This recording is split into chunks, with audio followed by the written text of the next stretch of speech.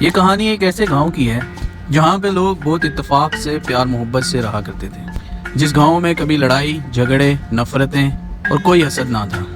گاؤں کے لوگ ایسے رہا کرتے تھے جیسے گاؤں میں بہت سے خاندان نہیں بلکہ ایک ہی خاندان آباد ہو، اور آس پڑوس کے گاؤں کے لوگ اس گاؤں کی مثال دیا کرتے تھے، اور یہ گاؤں اپنے اتفاق پیار محبت کی وجہ سے اور بہت سے گاؤں میں مقبول ہونے لگ گیا، اور بہت سے گاؤں کے لوگ بھی یہاں پر آ کر آباد ہونا شروع ہوئے۔ جب دوسرے گاؤں کے لوگ یہاں پر آباد ہونے لگے تو آہستہ آہستہ ایسا ہوا کہ گاؤں میں بہت سارے فسادات اور محبتیں ٹھنڈی ہونے لگ گئی۔ ایک دن ایسا ہوا کہ گاؤں میں بہت تیز آندھی آئی۔ آندھی طوفان اتنا تیز تھا کہ اس کی لپیٹ میں جو چیز آ رہی تھی وہ تباہ اور برباد ہو رہی تھی۔ اس گاؤں کے پاس سے ایک ریل گاڑی کی پٹری بھی جا رہی تھی، اور اس پٹری کے پاس دو بہت اونچے گہرے اور گھنے درخت بھی تھے۔ جب آندھی اور طوفان چلا تو ایسا ہوا کہ ان دونوں درختوں میں سے ایک درخت اکھڑنے والا تھا۔ اس درخت نے اپنے ساتھ کے درخت کو بولا کہ اے دوست میری مدد کر، اگر تو مجھے تھوڑا سہارا دے تو میں بھی قائم رہ سکتا ہوں۔ جب دوسرے درخت نے دیکھا کہ آندھی بہت تیز ہے تو اس نے اپنے ساتھ کے درخت کو بولا کہ میں تجھے سہارا نہیں دے سکتا۔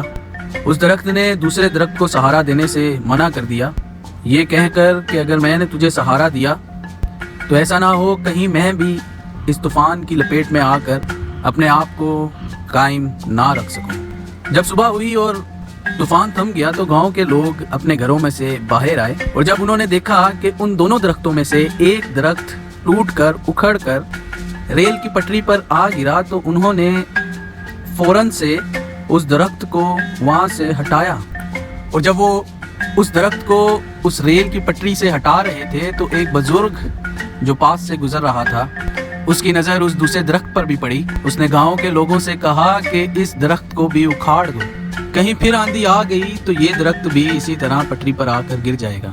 گاؤں والوں نے اس بزرگ کی بات سنی اور انہوں نے اس درخت کو بھی کاٹ دیا، اور جب دونوں درختوں کو کاٹ کر انہوں نے ایک ساتھ رکھا تو اس درخت نے اسے یاد دلایا کہ میں نے تجھے کہا تھا کہ اے میرے بھائی اگر تو مجھے تھوڑا سہارا دے تو ہم دونوں قائم رہ سکتے ہیں، لیکن تو نے میری ایک نہ سنی۔ آج تیرا بھی انجام وہی ہے جو میرا انجام ہوا۔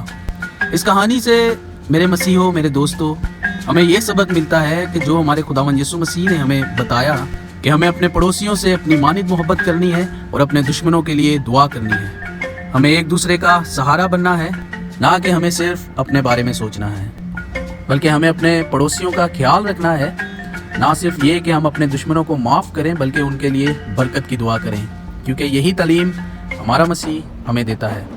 امید کرتا ہوں آپ کو آج کی ویڈیو پسند آئی ہوگی۔ چینل کو لائک کریں، سبسکرائب کریں، and don't forget to press the bell icon. اپنے رائے سے ہمیں آگاہ کریں تاکہ ہم مزید آپ کے لیے ایسی اچھی ویڈیوز اور ایسے اچھے میسیجز دیتے رہیں۔ May God bless you all. Amen.